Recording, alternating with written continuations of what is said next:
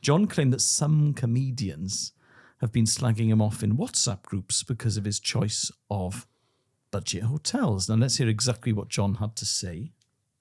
Amongst some UK comedians on various WhatsApp groups, I am receiving a lot of abuse for my choice of hotel. Some people feel, because of the size of the venues we're playing, we should splash out and live a little. If we were in some of the brands that Nish Kumar has suggested, James Acaster has suggested, Lord Edward Gamble has suggested, we'd be looking at £4 a minute, Giles. What, are they the ones that I refer to as the more money than sense boys? Yeah, the more money than sense boys. That's correct.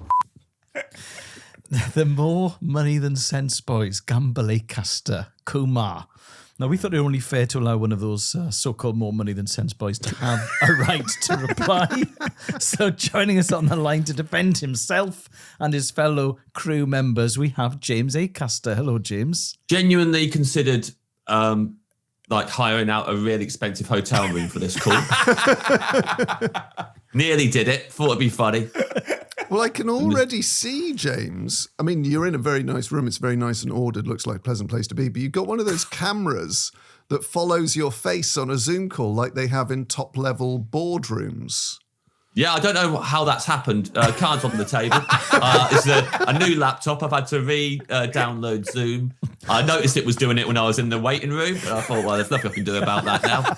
So it feels weird. It's classic more money than sense. yeah.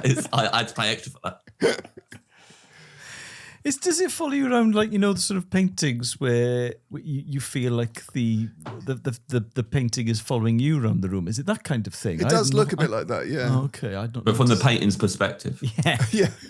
So, James, you obviously spend upwards of 30 grand a night on hotels. Yeah. How and why? Well, listen, first of all, thank you for having me on. When I was invited to do this, it was, we'd had all these discussions on the WhatsApp group. I was ready to absolutely tear strips off the lad.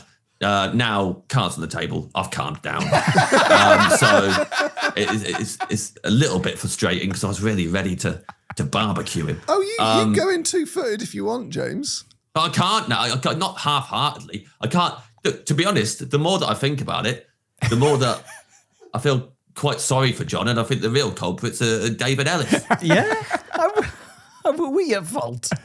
Stand up for yourselves a bit more. Push back against it. I mean, John's whole thing is obviously mad because, he's got enough money that he could have a nice hotel room and not notice it, not notice the money, and have a nicer night. It'd be better for his head, better for everyone's head. But if he loves these little budget hotel rooms and there's something about them that bring him joy, I don't want to tell him he can't stay in them. Now, yes, when I hear him talk about it, it does sound like he's mainly... Like that, your camera follows you up. my hands are... Keep your hands by your side, James, otherwise we're going to lose you entirely. Oh, Jesus Christ. Sorry, James, continue. Listen, hands down. I'm not used to speaking without my hands. Yeah. This is like, I'm going to be hobbled in this debate. I think if John genuinely likes those rooms, it's fine. I'm not always convinced that John does genuinely like some of the things he likes, and sometimes he's just going through some stuff and he's trying to quite aggressively convince everyone, especially himself, that he likes the thing. And then a few months later, a few years later, he realises it isn't good for him, and he does a very nice speech about it on your show, and he wins an award. And I know that Dave especially is thinking in his head, do not stop this behaviour because this is what's paying the bills. Yeah. And Dave knows the more that John's sad, the more the coin's going to keep rolling in. So he's going to want John at least to keep staying in those hotel rooms. Fair enough. Yeah. But the two of you have no excuse. Why are you not sticking up for yourself and just saying, we'd like to stay somewhere? Do you guys like those rooms that you're staying in? Well, the argument I would make, James, is that there is an argument for the fact that we're getting our head down for 7 to 8 hours, we're back up and we're out again. So in terms of enjoying those luxuries, as John did point out in the sad van,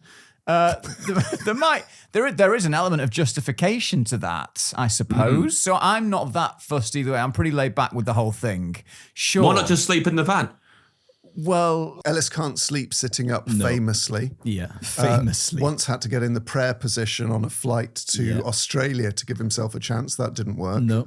But I did smell the sort of residue of a million bums. Yes. nice. Would it not be cheaper just to buy 3 coffins and put them in a lay-by and just the 3 of you just lay in those every night? You've got them. You could be tripping to gigs in a hearse. If all you're doing is getting your head down for 7 to 8 hours, who gives a